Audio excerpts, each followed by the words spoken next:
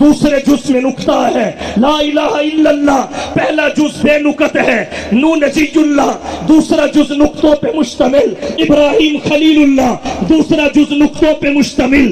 اسماعیل ذبیح اللہ دوسرا جز نکتوں پہ مشتمل. موسیٰ کلیم اللہ دوسرا جز نکتوں پہ مشتمل. عیسیٰ روح اللہ دوسرا جز نکتوں پہ مشتمل. جب سب سے آخر میں حضور سرور کونین ساقی کوثر شافی محشر ہادی اور رہبر آمینہ کے لال محبوب رب ذوالجلال صاحب الحسن والکمال جناب محمد مصطفیٰ احمد مجتبی حبیب کبریا فخر الانبیاء سید الورا شمس الضحی بدر الدجا رہبر و رہنما لا یمکن الثنا مکین گنبد خضرا بلغ العلا کشف الدجا راحت العاشقین شفیع المذنبین خاتم النبیین تاج نبوت و رسالت اور تاج ختم نبوت پہن کے آئے.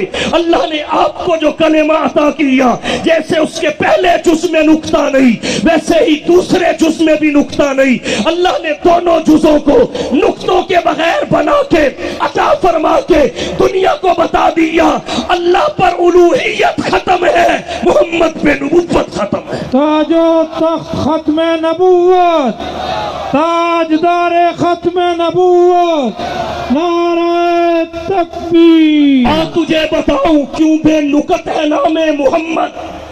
آ تجھے بتاؤں کیوں بے نکت ہے نام محمد. بوجھ نکتے کا نام پر آئے یہ بھی الہ کو گوارا نہیں. ما کان محمد محمد کا اسم آپ کی ختم نبوت کی وضاحت کر رہا ہے.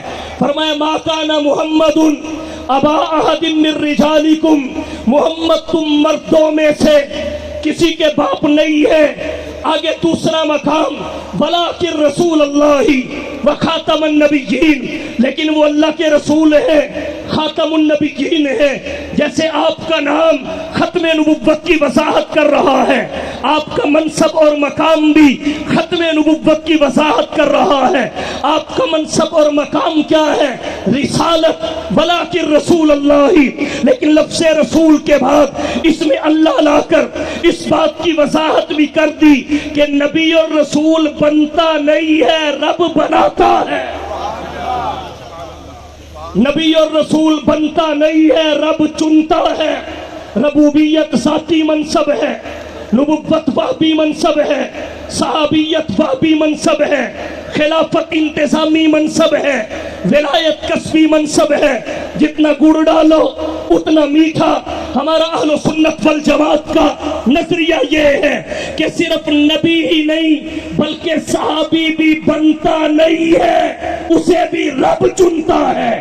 جو رب کے انتخاب کے بغیر دعوی نبوت کرے نبی نہیں غبی ہے نبی نہیں متنبی ہے رسول نہیں فضول ہے.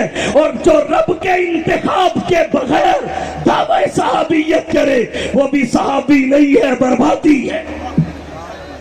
ان اللہ اختارنی واختار علی یہ صحابی ولیکن رسول اللہ یہ نبی کا منصب ہے. اسی لیے پروردگار عالم کے پیغمبر کی اطاعت اللہ کی اطاعت ہے. اسی لیے آپ کی ذات گرامی اسوہ اور نمونہ ہے وہ خاتم النبیین اور آپ نبیوں کے خاتم ہیں. نبیوں کے خاتم. خاتم کا معنی اگر مہر لیا جائے خاتم بمانا مہر ہو تو پھر ختم نبوت کا اظہار یوں ہوگا جیسے لفافے کے اندر سب کچھ ڈال کے اس پہ مہر لگا دی جائے تو اس کا مطلب یہ ہے یہ سیل پیک ہو چکا ہے اب اندر کی شے باہر نہیں آ سکتی باہر کی شے اندر نہیں جا سکتی. اگر خاتم بمانا مہر ہو تو اس کا مطلب یہ ہے پروردگار عالم نے ابتدا سے لے کے انتہا تک آغاز سے لے کے تکمیل و کمال تک انبیاء کے ناموں کو بند کر دیا ہے مہر لگا دی ہے. اب کوئی الٹا تو لٹک سکتا ہے نبی نہیں بن سکتا.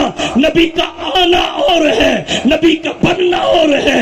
حضرت عیسیٰ آئیں گے مگر حضور کی ختم نبوت پر ان کا آنا اثر انداز نہیں ہوگا بلکہ خاتمیت مصطفیٰ کی مزید وضاحت ہوگی کہ صاحب شریعت نبی بھی آ جائے تو حضور کے امتی کی حیثیت سے آئے گا. نبی کے امتی امام کے پیچھے پڑے گا. نبی کی شریعت شریعت کے مطابق فیصلہ کرے گا.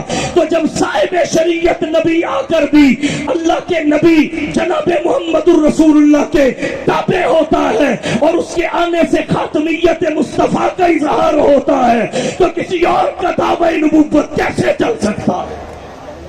ولیکن رسول اللہ و خاتم النبیین مہر لگ چکی ہے, سیل بند ہو چکی ہے. اب کوئی باہر سے اندر نہیں جا سکتا, اندر سے باہر نہیں جا سکتا. پھر ختم نبوت کا اظہار نبی کے منصب اور مقام سے دیکھیے. جہاں خاتم کا لفظ بولا وہاں آگے رسول نہیں کہا, آگے مرسلین نہیں کہا, پیچھے کہا ولیکن رسول اللہ. اس لیے کہ نبی اور رسول میں فرق ہے. اہل علم نے لکھا ہے نبی انسان بعثہ اللہ الی الخلق لتبلیغ الاحکام, اور رسول کسے کہتے ہیں؟ هو النبی الذی ارسل الیہ وحی وکتاب, جسے مستقل وحی اور کتاب کی دولت عطا ہو. تو جب آپ کے منصب کا بیان آیا تو صفت رسالت کو پہلے ذکر کیا.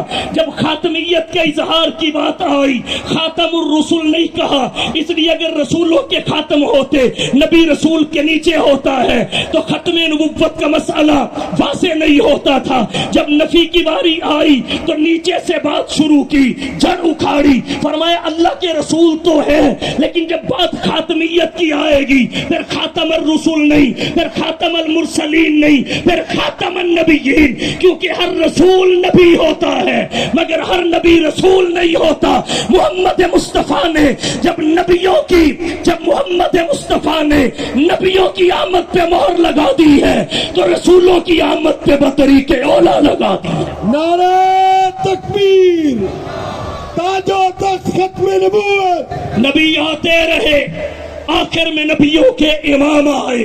نبی آتے رہے, آخر میں نبیوں کے امام آئے. وہ دنیا میں خدا کا آخری لے کر پیام آئے. جھکانے آئے بندوں کی جبیں اللہ کے در پر, سکھانے آدمی کو آدمی کا احترام آئے. وہ آئے جب تو عظمت بڑھ گئی دنیا میں انسان کی, وہ آئے جب تو انسان کو فرشتوں کے سلام آئے. وقت پاؤں کی زنجیر ہے. ایک نقطہ اختصار کے ساتھ اور عرض کرنا چاہوں گا. فرمایا ولیکن رسول اللہ و خاتم النبیین. حضور کے کلمہ میں صفت رسالت کا ذکر ہے, باقی کسی رسول کے کلمہ میں صفت رسالت کا ذکر نہیں ہے.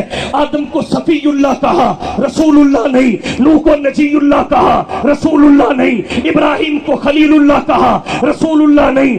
اسماعیل کو ذبیح اللہ کہا, رسول اللہ نہیں. موسیٰ کو کلیم اللہ کہا, رسول اللہ نہیں. عیسیٰ کو روح اللہ کہا, رسول اللہ نہیں.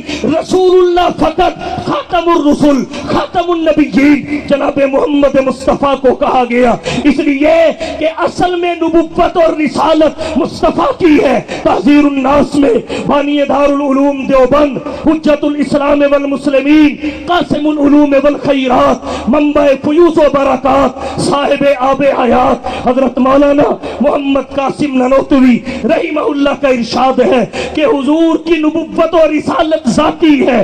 دیگر انبیاء اور رسول کی نبوت اور رسالت نبوت محمدی کا فیض ہے. اصل میں نبی اور رسول حضور ہے, اور جب اصل آ جائے اس کے بعد بساط لپیٹی جاتی ہے, چلائی نہیں جاتی. ولیکن رسول اللہ, ولیکن رسول اللہ. حضور کی ختم نبوت کا اظہار ہے. آپ کا نام بھی ختم نبوت کی وضاحت, ما کان محمد ابا احد من رجالکم. آپ کا منصب اور مقام بھی ختم نبوت کی وضاحت, ولیکن رسول اللہ و خاتم النبیین. اور تیسرا مقام اسی آیت میں وہ اس نفی اور اس بات کو ملانے سے ختم نبوت کا اظہار کرتا ہے. ما کان محمد ابا احد من رجالکم یہ نفی ہے, ولیکن رسول اللہ و خاتم النبیین یہ اس بات ہے. ان دونوں کو ملانے سے نبی کی ختم نبوت کا اظہار کیسے ہوگا؟